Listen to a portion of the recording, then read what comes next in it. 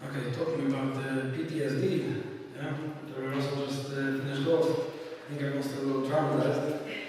I definitely am, so I lose my train of thought. Let's see if people are following. Interestingly, we also just spoke about the idea of attachment, right, in relationships, which is basically about really attaching closely enough to avoid difficulty there being resilient.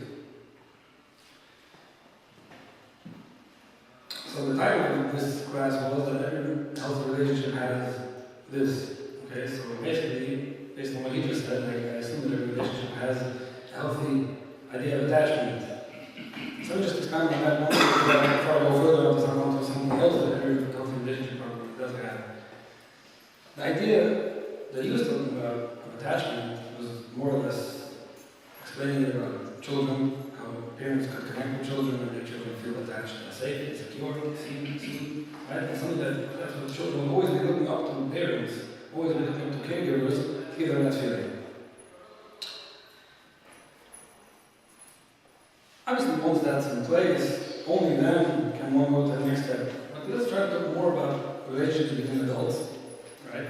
Mainly in marriage, but not only in marriage. The truth is that every relationship is really the same in some aspects. I was just doing a series of a workshop about business relationships, employers and employees, managers and partners, and all kinds of different, with the co-workers. And so many of the same ideas that allow any relationship to thrive, the same as it would be in traditional lives. And very often the same people that would struggle in one relationship will end up struggling in another relationship for the same reason. And I try to cover this in a little shorter than usual.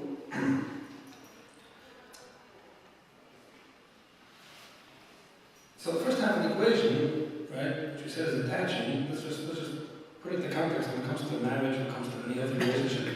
There's always something that you want to be giving the other person in order to have a healthy relationship with someone. And let me qualify and be clear about the fact, and I'm saying this because I spoke earlier today about personalities and you know, what's natural for one person may not be natural for someone else. And you see this all the time in relationships. I don't like giving a one-size-fits-all description of something that's going to work, when in reality it may not be so. There may be people that you yourself will get along with, and there are other people not. So how does that work? It has to be about you.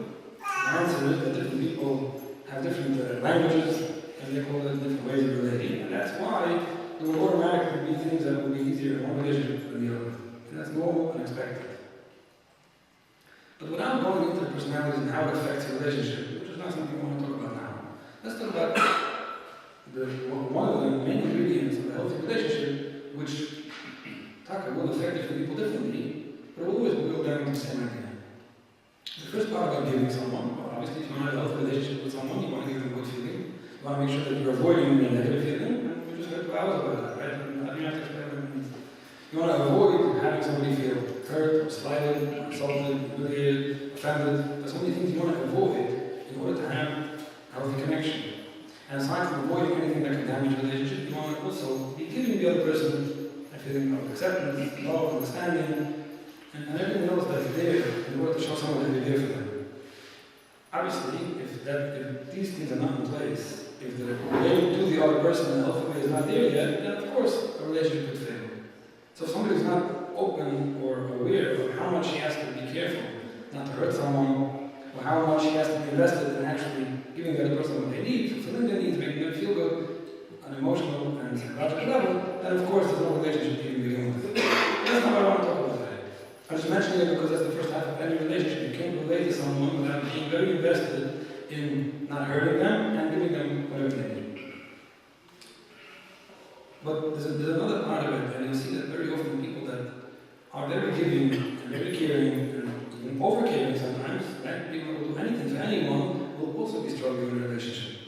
It's not easy to get along sometimes, and especially when we're talking about marriage. Marriage is a relationship where you're so close and so intertwined and living so, that's not, I'm not using the phrase on top of each other, but you know, if you're living long time together very, very closely, it's very easy to not get along. Sometimes it seems like it would be better if once in a while we go away from each other, and automatically it just becomes easier later.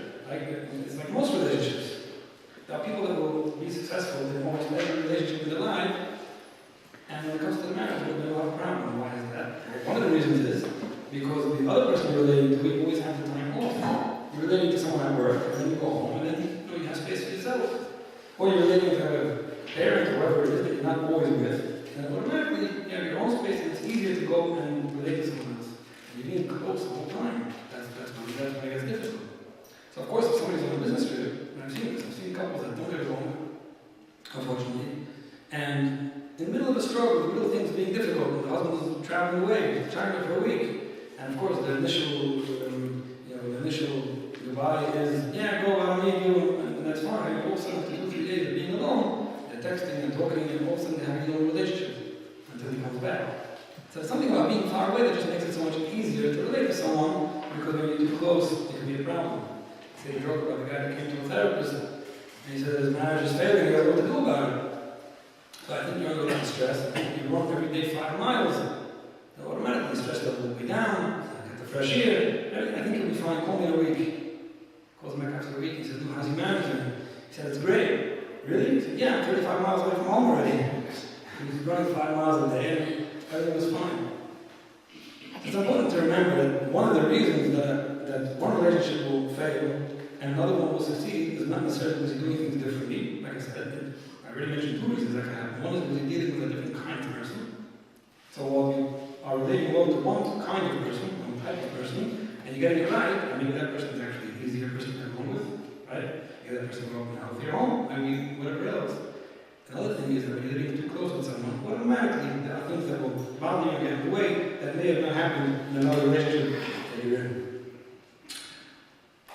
So one of the things and this is really the topic that I wanted to cover, and like I said, I won't talk about it too long, I just want to get the concept and make sure it's understood. What happens is, when people get married, the way we're taught, the way we assume, the way we think the ideal situation is, right, of course we're now getting married, it was first me and you, and now all of a sudden we're becoming one. What happens is, sometimes you stand under the chuppah, and some of you look like you did it more than a week ago, or a year ago, this, and for some reason it looks like you're shedding your individuality under the chuppah. You're committing to someone, you're committing to a relationship, and from now on, it's the two of us. Well, it's not the two of us, it's us. And it's us, basically sounds like it's not anymore me and you, right? Which is 2 people that are roommates, but it's we, and it's beautiful. It's beautiful up until it becomes a problem where someone starts looking for themselves again and they can't find themselves anymore. Just recently I was dating with a man a week ago, and he was having a lot of difficulty in his marriage until he realized that maybe he's not finding himself anymore, and maybe he's not doing anything that he's interested in anymore because he's so dedicated or taken over or controlled by someone else that he realized he has to start doing things that are in his best interest or he's not going to function anymore. What happened was that after a few weeks of trying to take care of himself and put himself, let's not call it first, but just trying to take care of his own interests, his wife said, this is not marriage. I said, what do you mean it's not marriage? Well, we used to be one and now we're doing things on your own. Now he came to ask me if his wife's statement is correct. What happens is very often we associate the idea of being one as we're living so close together that we really share everything together, which would be beautiful if it was possible. What his wife was thinking when she said we were one means that we did everything the way I wanted. So we were one. We only had one way of seeing things and wanting things done, and it always went in one direction. And now all of a sudden she's realizing that it's not anymore one, so we're not one anymore, it's a problem. But that oneness was never a healthy oneness. That oneness that she was perceiving as an ideal situation, we always went together and lived together and only bought something that we both were aware of, it was only because it was all going her way.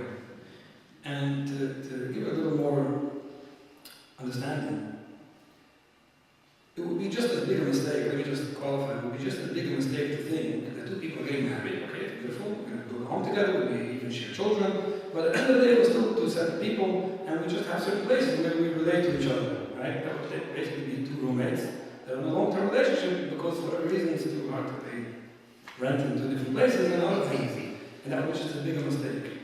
There is something about people getting together, people getting married, that really does become one. And that's why it's so important to understand how much of it really is becoming one, and how much of it is not becoming one.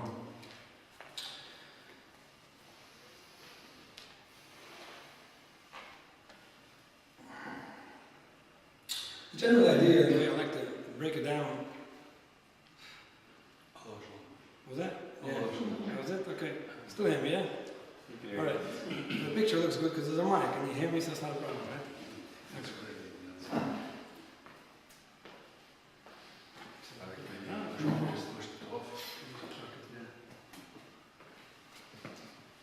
All right. Let's leave it.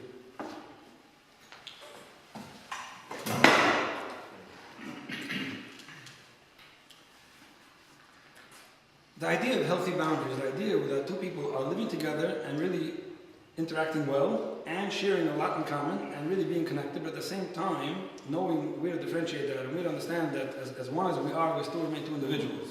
Okay? So the way I describe it and try to put it into proper context, in every relationship, there needs to remain, in every relationship, it's not only marriage, it's even marriage, in every relationship, in its own way and in its own place and examples, there needs to remain what is mine, what is yours, and what is ours.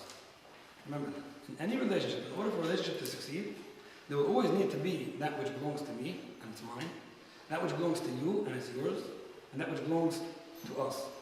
You know, they say the famous joke about the couple that get married and they decide in advance we'll never fight, right? It's either going to be something that belongs to me to decide or you to decide, and it's great, right? But what happened was, he never found the thing that belonged to him, and his whole life he was dealing with things that belonged to her, and they were fighting all along. It's important to remember, what is it that really does belong to someone individually, regardless of who he's related to? And like I said, it could be with an employer, it could be with a spouse. What is it that remains mine, even if I'm married, and even if I'm happily married, and even if I'm trying to please my wife, and be the best possible husband I could be? What is it that remains mine and should remain mine? And what is it that I should remember will remain hers, even if she's trying to be a Ishik Shaira, and even if she was taught to do everything the way the husband wanted, what really does belong to her? And at which point in our relationship will we share something that really will belong to both of us? And neither of us should try to snatch that and control that which really does belong to two different people. And I could say that dealing with people, couples, and marriages, and all kinds of relationships that got to some kind of breaking point, or some kind of difficulty, I should say, you're almost always able to pinpoint right away, almost always be able to pinpoint where these boundaries were violated. Almost always you hear about a certain part of a story, or part of an experience, where somebody was violating the other person's boundaries, and that's where it got sticky. Because it's not possible. This can't go, it's not possible for a relationship to thrive if people are not having that amount of respect for each other. So even though the understanding given for why a certain relationship failed was due to some kind of disagreement or due to some kind of hurt feelings, etc., at the end of the day you'll start noticing that it came originally from somewhere where somebody violated the other person's boundary. Now, let me just rephrase something, only because people walked in, and I want to be clear about this. The amount of how much somebody has to be careful about what's going to hurt someone else, and the amount of how much you have to give someone else in order to relate to them well, is not what we're discussing now. That's enormous. If somebody is gonna not take care of how much he's supposed to be giving the other person and relate to them in a healthy way, then that's not a relationship in the first place. I'm talking about if somebody is already aware of how much he's supposed to be giving, he's invested, he's trying, he's giving, and he's trying to avoid difficulty, miscommunication. It's still so important to not overdo that and overdo the emphasis on how much could I give you and how much could I please you, because if you overdo it, you'll be overstepping boundaries that are necessary for a healthy relationship. And another thing, when we talk about not violating boundaries, we talk about having a healthy balance, which is what boundaries are all about, a healthy balance. It's not only, it is also, but it's not only to protect myself. Healthy boundaries in a relationship is not only I'm trying to protect myself and make sure that what's mine belongs to me and nobody takes it away from me. It's not only that. I'm trying to protect you as well. I'm trying to protect our relationship. So aside from what's mine and yours, there's an ours, and the ours is our relationship, belongs to both of us. What's the text of belongs? What are you referring to when you say belongs to me, belongs to her, belongs to us? A loose definition to belongs would be what a person is supposed to be in control of, which I'll explain.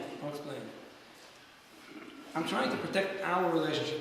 I want that what belongs to both of us, which is our relationship, should never suffer. I want that we relate to each other in a happy and healthy way. And like I said before, it could be easier for me than for you. It could be easier for you than for me. It could be you have better relationship skills than I do. It could be that you're getting it all right and I'm getting it all wrong. It could be, but at the end of the day, if we want to get along, it's only going to be if both of us are consciously aware as much as possible of what's healthy. What's healthy in this relationship? For whom should which area, or which topic, or which idea belong to? Let me try to explain it a little bit. Being that no two people ever became one, right? If anything, one person became two at some point in history, right? With Rishon, Irish made deep Tzifim, Shtayt, he was married with Chava together. So I want some explanation about why he had to be split. Wouldn't that be the best? Imagine if husband and wife were attached like that, Siamese, then what could be better, right? You can never get into a fight because there's nowhere to run. But what happened was they were facing two different directions. So even though they were connected, in order for two people to be able to see the same thing and get along and want to go in the same direction, they had to be split and remain two. What that means is that no two people ever really always wanted the same thing. Ever. You could be married to the person that's so much like you, and has so much of the same background, and so much of the same thinking, and so much everything, the same values, even the same personality.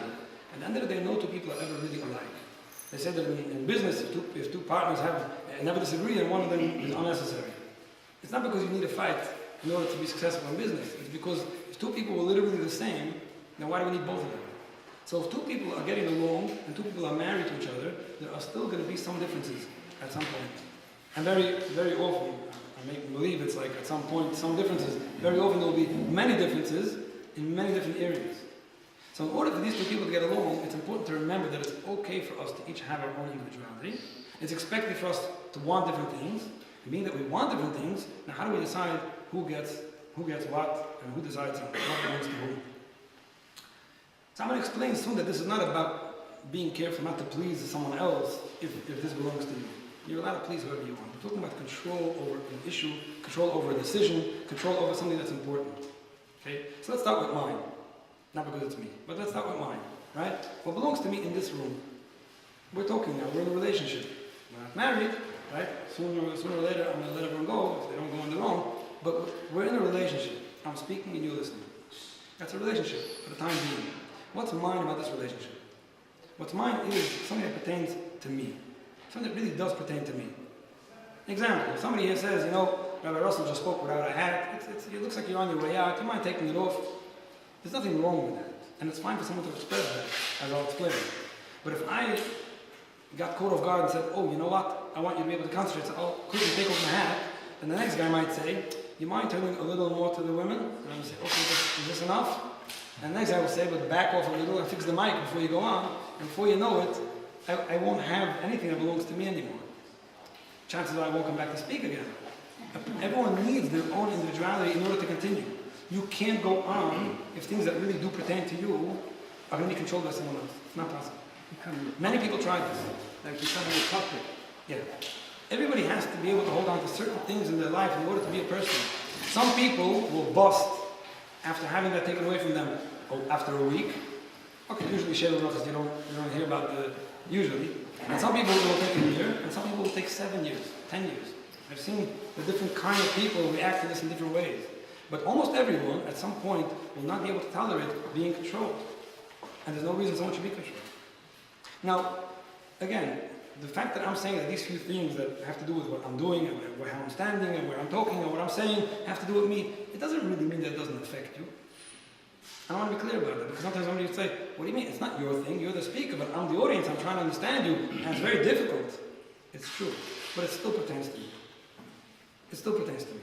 So often, in any relationship, people will try, subconsciously nobody has any bad intentions, and sometimes with a very good intention, trying to actually help the relationship, but you can't do that, even though it's yours. You can't wear that. You can't wear that suit, for example, because I don't like it. You're making me feel uncomfortable. So it's not about you, it's about me, right? That kind of manipulation is incorrect. And very often people say, okay, I don't want to disturb you, I want to be nice to you, but by doing that, I will be putting myself in a spot. I will make myself uncomfortable. Now, I do want to mention that we're talking about healthy relationships. Actually, the title of the speech was Every Healthy Relationship Has This. Very often this is what will make a relationship healthy, and very often this is what will be needed in a healthy relationship. There are extreme situations, as we know, where somebody's dealing with something out of the box that has to be dealt with professionally, and where this may be a little less relevant. But I'm talking about in normal circumstances. It's important for somebody to know what belongs to them. It usually has to do with what a person's wearing, what a person's doing, what he's occupied, his own actions, and everything has to do with him that's not directly affecting someone else. Then there's yours. Okay, yours is very similar to mine. There's the audience, right? Let's go back to our example over here. If I would start telling people, everyone should please put their hands down because it's hard for me to concentrate and speak when one guy's sitting like this and one guy's sitting like that, we should make up how we're going to sit, and everybody should please sit this way and that. It's wrong. It's wrong. I could do it, and maybe some people would listen because they want to be here when I'm speaking. It's still wrong. Slowly it's going to cause a resentment, it's going to cause some kind of bad feeling, it's going to mix with people's emotions, not realizing what's happening. I'm losing my individuality, I can't sit like I want, how can I concentrate if I'm not sitting the way I want, etc. These are all silly examples, but they're just to bring out the idea. Then there's hours in a relationship, right? If I decide for whatever reason that because I just had 2 plates of chont and I'm very hot and we should turn on the air conditioner all the way to the highest, and I hope that people are okay with it, right? Because that's what I need now, but I'm speaking. But the temperature in the room belongs to both of us. The temperature in the room belongs to both of us. It will be incorrect, it will be inappropriate, impolite, even if people would let it happen. As a matter of fact, if somebody lets it happen, it's the same problem as what I'm doing. I shouldn't be controlling something that pertains to all of us, and nobody should be allowing it to happen. And if you allow it to happen, then it's no chiddush. If later in my speech I say, you know what, it's hard for me to concentrate, I think we should turn off the lights, it will be easier for me to get my thoughts out. And all of a sudden whoever's writing notes will have a problem. It's wrong. But what made me do that? What made me decide that it's okay for me to turn off the lights as I'm speaking without asking anyone if it's okay? It's because when I turned off the air conditioner, nobody left. Nobody said anything. So often what happens in the relationship is, when some of these boundaries are violated, not only are you doing something that may hurt you, not only are you doing something that may hurt someone else, you're actually promoting something negative that could start slowly gaining roots and continue in a very unhealthy direction. And it usually doesn't stop at one point. What happens is, when somebody tells you, you mind standing this way? Yeah, and that, and this, and it's slowly. Sometimes it takes years, months, or years, or more, and it slowly starts developing into something very unhealthy. And this is what unhealthy relationships are very often about. Very often, even in a relationship where two people really do want to make each other feel comfortable, and they're trying, they're giving, they're complimenting emotionally, even financially, they're helping each other, but somewhere along the line, somebody's being controlled. And that's something that's going to cause a lot of difficulty in the relationship. Just the other day, I got a message on my voicemail from somebody who heard a class on business relationships, and he told me that he didn't realize why he was so resentful going to work every day. He liked his job, he liked his boss, he felt productive, he didn't know what it was. And after hearing a little about this, he realized that when he would stand there, when he was supposed to take measurements, and his boss told him, do you mind holding my coffee? And he would go out and do some errand, and he was left standing for half an hour at coffee. He wasn't hired to do that. He was being controlled. That wasn't part of what his relationship was about. There are things that slowly, as somebody feels that their boundary is being violated, they get more and more resentful, and it damages the relationship. He's not helping anyone. Sometimes you think that by tolerating a certain amount of abuse, I don't want to use the word abuse, but by tolerating something wrong, that somebody's trying to control something that belongs to you, you're being mevatel, they call it. It's nice, it's good midas. Now, of course, the point is not to fight over it and get hostile and angry and show the other person that I'm not going to let this happen and start screaming. Of course not. But in a healthy relationship, we understand what belongs to me, what belongs to you, and what belongs to us. In a marriage, for example, right, the husband's way of where he davens, for example. You see this often. A wife will tell, I don't like when you daven in this shul. And she'll have a few reasons why it pertains to her. And sometimes it does. Sometimes it does. But most often, if you don't like something I do, but I like what I do, then it's very important that we both acknowledge that maybe I should be doing what I want. I'm not here to hurt you. And if I'm doing it in a way that is hurting you, then we can discuss that, obviously.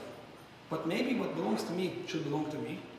If I like a suit or something that I'm wearing and you don't like it, is that a reason for me to take it off and wear what you want?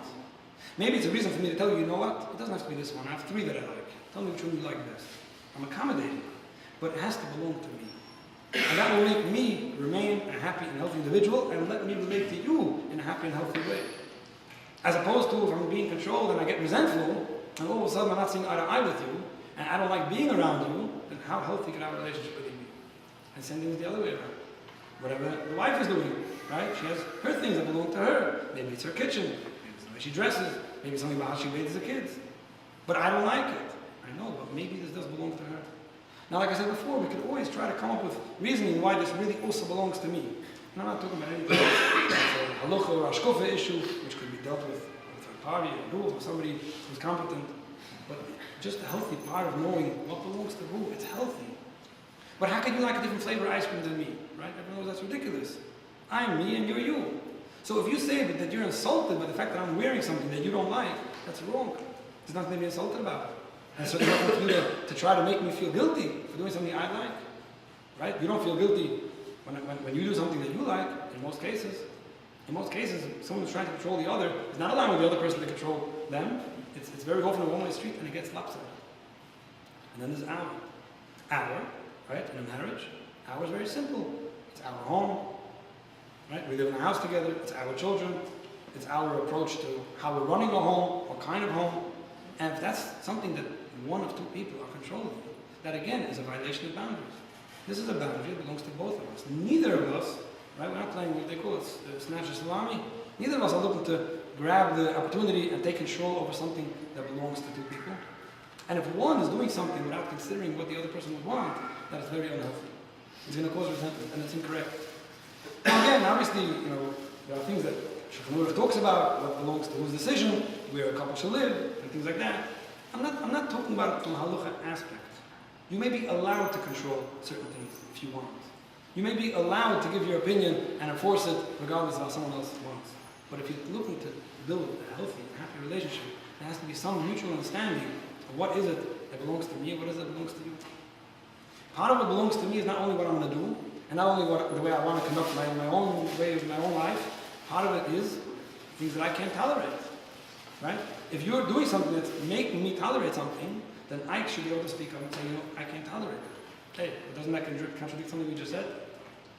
Again, if you're doing something, right, and I don't like it, and I have to tolerate it, so who's controlling you now? If I let you do what you want, then basically I'm being controlled because I'm being hurt. But if I control it because I'm being hurt, then I'm controlling you again. So it's very important to understand and distinguish between what's really mine and yours. The idea of not controlling someone else, we mentioned, again, it could be elaborated on, but I don't want to talk at length about this, is the simple idea about people making their own decisions. Then there's the idea that so often what someone's doing and is affecting someone else doesn't necessarily have to affect someone else. The fact that you want to go to a simcha and that's going to lead me babysitting, who said? Maybe there's another way to do it. Maybe, and so often when we get black and white, which is something that's also very unhealthy in a relationship, when it looks like there's only two ways to do it. It's my way or your way. That's not correct. A husband shouldn't be telling a wife, I don't let you go to the simcha that you want to go to, because that's yours. But the wife shouldn't tell the husband, you must now babysit because I want to go, because that's mine. Maybe I don't want to. If we could really understand this and relate to each other in a healthy way and say, you know what, you're going to the simcha is yours. My going to my shir is mine. What can we do to make sure that both of us are in control of what we want to do? How could we work this out and come up with maybe a third solution that's going to make both of us not have to be controlled or tolerate something that we don't want? And when relationships are healthy, and this is understood, and a couple, and here there are couples that are both willing to hear this idea, are willing to understand what's mine, what's yours, how can we both let each other be in control of each other, that's very healthy. Let me take it one step further.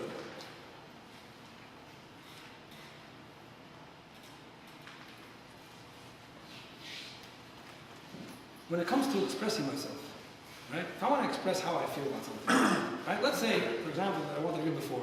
I want to turn on the air conditioning real high. It should be very cold now in the room, right? For me to go do it would be incorrect because it involves everyone. I would have to look around and make sure everyone's okay with it, at least most of us, and respect what everyone wants because it belongs to both of us. But if I say, you know what? I can't go turn on the air conditioning, so I'm going to have to start sweating now. Why is that? Why can't I express myself? Expressing myself in a healthy way, not in a way that's going to hurt anyone, obviously, but expressing myself in a healthy way, saying what I want, what I would appreciate, what would mean so much to me, everything about me, not about you, right? It's not about, why can't you guys be okay with it? No, expressing myself and saying, I'd like for the air conditioning to go on, it's very hot now, is it okay with everyone? That's fine. And if I can't do that, I'll be in control. So often in relationships we don't realize that so much of the control and so much of the boundary violation that I was just talking about is not so much in who's actually forcing who to do what. It's not that we were thinking of going on a Shabbatton or not, and we thought about it, and one of us won, and the other one was controlled. It's not always about decisions and actions and things that are practical and technical. Sometimes it's just about a way of thinking. If I have my opinion, and I have something I want done, or I have something I believe in, and I can express it at home. I have to wait till I go to shul to my friends, and there I can say what I want, but at home, I don't know, it's not safe to say something, and there I'm going being controlled again. I'm in an environment, I'm in a relationship where I'm controlled. I don't have the rights to express myself. It's not a matter of freedom of speech or not. It's simply something that's going to suffocate someone when he feels that he's not in a relationship where he's free to feel and think and express himself and say what something's bothering him. And even if something that's bothering him is about the other person. If for whatever reason I have an issue speaking now, when people are writing notes, I shouldn't say, could I go please stop writing notes, I can't handle it, that would be wrong. But if I wouldn't be able to say, if it's possible, it disturbs me when you write notes, maybe just a word here and there, but if it's possible, I'm not going to be upset if anyone does, but I just want to say what will be easier for me and help me retain my concentration, that's fine. And if I can't do that, then I'm intimidated, something's wrong.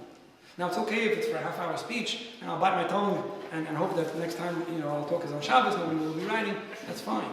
But it's important to understand that in a long-term relationship like marriage, in a long-term relationship where you're trying to actually build a connection, understand the other person, be close to the other person, care about the other person, have the other person care about you, there has to be a certain amount of openness which comes from healthy communication. You can't communicate in a healthy way if you're going to be controlled and suffocated and be afraid to say something. Now, of course, if the thing that you're going to say is about the other person, so there you go, you're hurting someone, so that would be incorrect. But to not be able to say something about yourself, that's wrong. And in almost every relationship, people sometimes wonder, how do I say something? I want to say this, but I can't. Why can't you? Because if I tell her that she's doing something wrong, she's not going to handle it. Why would you tell her she's doing something wrong? Why are you here to tell her what she's doing? Why are you explaining to him what he doesn't understand? Why don't you talk about yourself? Talk about yourself is part of mine. We spoke about boundaries. It's mine is yours now. What's mine is explaining myself, doing myself, controlling myself, and expressing myself. And if you could do that in a healthy way, we're not hurting anyone, that's called a healthy relationship. If you're able to do that in a way that the other person understands that it's only me, and even if somebody tells you, but how could you say that? And with that, they're trying to suffocate you. With that, they're trying to choke you and make sure it doesn't happen because they don't like when you say what you want. It may make them feel guilty that they're not doing something the way you want. That's fine. You can still say it again if you want. You could. And if you don't say it again, then there you go, you're being controlled again. It's very important to understand, and this is everywhere. This is with parents and children, in healthy relationships. This is in marriage, and this is with your next door neighbor. This is with your next door neighbor, right? If it comes to the garbage, who's taking out the garbage, right? And you do it because you're afraid of your neighbor, or you're afraid to tell him that it was his kids that threw the garbage on the lawn, and therefore you're going to go pick it up. You're being controlled. Chances are that person will take advantage of you. So it's not about protecting yourself, which is what I started with. It's about protecting your relationship. If you want to be relating to someone in a healthy and a happy way, in a long-term way, you're going to have to learn what belongs to who. It's not possible for people to be in a long-term, close relationship and both be happy if this is not respected. And most often, even when it looks like one person is happy, but the other one is not, it's not really that way. One person may be getting more control of the situation, one person may be having things go his or her way, it doesn't mean they're happy. It's not happy. Nobody's happy with that. Nobody feels good when they're controlling everything going on around them and people are dancing around them on tiptoes. It doesn't feel good. You don't feel like you're married to anyone. As a matter of fact, so often, the one who's actually violating the other person's boundary is the one that's going to pull that person for help later. Because something's wrong, it's lopsided, it's not healthy. The Pusik says, I'm going to end with this, again it's late, I don't want to keep on too long. Pusik says, "Hasam gvilach shula." In order for there to be shula, there has to be gvilach. In order for you to want to get along with someone, there has to be a certain mutual respect of boundaries. And even before the other person understands it, you can understand it on your own. You could be protecting your boundaries. You could be protecting someone else's boundaries. You could do it in so many different ways. And even parents with children, I'm talking about little children, when everything's fine, there's no reason for a parent to be controlling a child. Right? We just heard about that, micromanaging. Why are you doing that? It's his. But I don't like when he does that. And therefore, so you don't like it. You're not relating healthy. You want your kid to love you. You want your kid to trust you. You want your kid to understand you. Respect what's his. And make sure you respect what's yours. And if he can walk into your bedroom and wake you up whenever he wants, and you think it's being very nice to just go along and say it's fine, then you're losing your boundary. And all of a sudden you're going to start feeling resentful. And maybe one day he'll just slam you shut. It has to be healthy. In order to be shula, it has to be something to be like. Well, I wish to help him. We should understand it and implement it in a happy and healthy way. Yeah.